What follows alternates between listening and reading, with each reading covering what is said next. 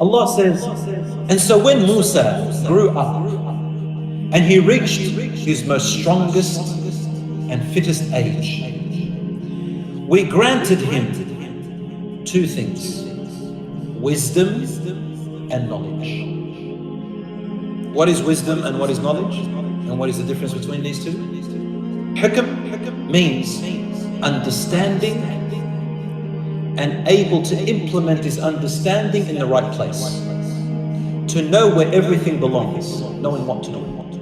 And knowledge is the knowledge of the world and religion. So knowing how things work and having information of religion and worldly things is called ilm, knowledge.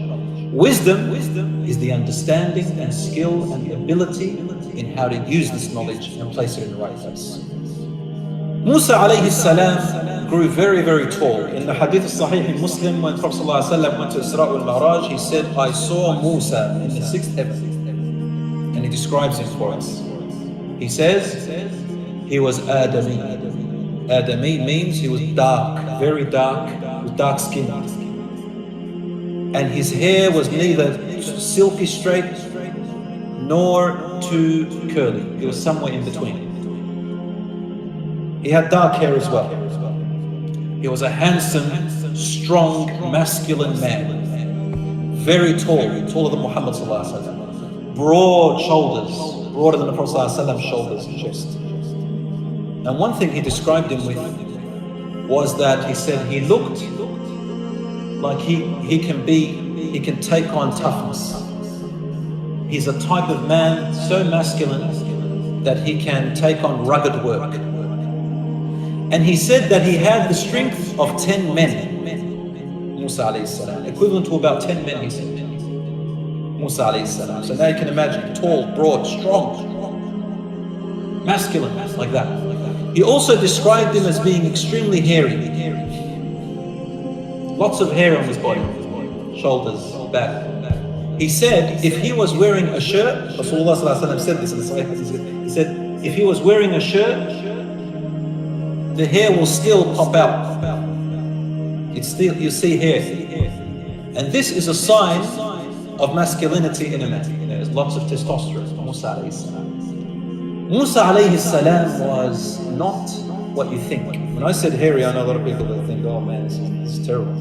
Gorilla? No, not like a gorilla, older gorilla. It was hairy compared to what Arabs really were in Medina and Mecca. But he was very handsome, very broad, very nice to look at. Rasulullah described as was very shy and timid in his nature. He always covered himself. And the people started to think that Musa, he doesn't, because they used to have a public bath. They say Musa doesn't want to come and bathe with us in the public bath because something's wrong with him. The hadith specifically mentions that something's wrong with him, they said, in his private areas. Something's wrong. The hadith goes on by saying that one day he went to bath by himself, and subhanAllah, some people saw him without clothes on, not completely naked, but they saw him, and they realized that he was not only normal, but actually very impressive to look at. Musa alayhi salam. It's actually in the hadith in Sahih Bukhari. He was, yes, very, very handsome, very solid built, very everything. Alhamdulillah. So that was Musa alayhi salam. And Allah would not create such things in prophets, bad things. However, there was one thing in Musa alayhi salam worth mentioning here, and it's not really a negative thing, it's a positive thing. Musa alayhi salam had a problem with his speech. Now the Quran doesn't mention exactly what that problem was, and in hadiths there aren't any reliable sources that I could find which describes exactly what's wrong. Some scholars say he had a lisp, some say he stuttered a little bit, he had a stutter. But the point is, he had some kind of minor disability in his speech.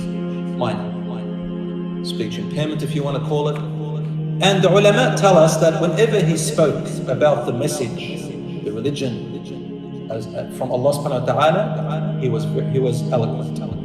But when he spoke normal worldly talk, he had speech impairment. Musa alayhi salam had a speech impairment, yet he was the wisest and the most knowledgeable, a leader, not only a prophet, but a messenger. Not only a messenger, among the 5 best messengers. Allah subhanahu wa ta'ala.